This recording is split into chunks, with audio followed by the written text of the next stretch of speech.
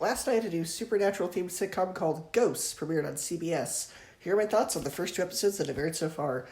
Well, honestly, the only reason this show was on my radar at all was because it stars Rose McIver, who I loved in iZombie, and I thought the trailer was really funny. And it lives up to the trailers. This show is so hilarious, especially the characters of the ghosts. They've each died at a different point in time, so one's a Viking, one was in the Revolutionary War, one died just a few years ago, so that makes for some really great, sharp, witty writing with their dynamic. It's like, what is a movie? Oh, it's, the magic box. Oh, there's a Viking documentary. I want to see... And then, there's just a bunch of just sharp writing about how they are in different decades, so they have different ideas about how the world works, and they're really confused about modern technology and things like that, and how things have to be explained. One died in the Revolutionary War, and he didn't like Alexander Hamilton, and of course, the musical Hamilton, he finds out about that, and he gets really ticked off that exists because he thinks he deserves to be famous, and that Hamilton was a jerk because he didn't like him when he was alive.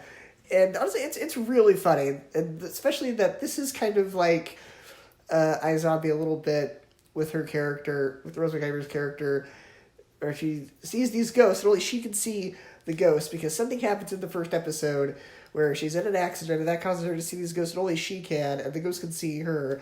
And they want to get her out of the house, but then she decides that she's going to negotiate with these ghosts so they can keep living there. And so, the guy who died in the Revolutionary War, he wants his biography written.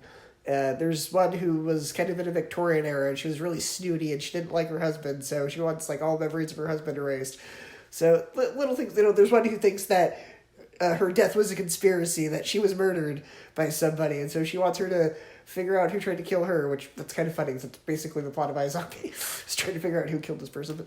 So it's really funny, and there was one reference to iZombie. I don't know if it was intentional or not, but if you've seen iZombie, it's probably, I'm not going to spoil what it is, but if you've seen iZombie, you'll probably be able to figure out what it is. It's in the second episode, and I don't know if it was intentional or not, or if that was just me, but that was probably the hardest I laughed at this. So overall, I really enjoyed it. It's very sharp, it's very witty. Watch the show with subtitles, because the writing is very quick. There's going to be jokes on top of jokes. You're going to be laughing at a line of dialogue, and you'll miss, the very next line of dialogue that's, 2 seconds later. That's even funnier. The back and forth dynamic between all the characters is very quick. It's very sharp. I really enjoyed the show so far.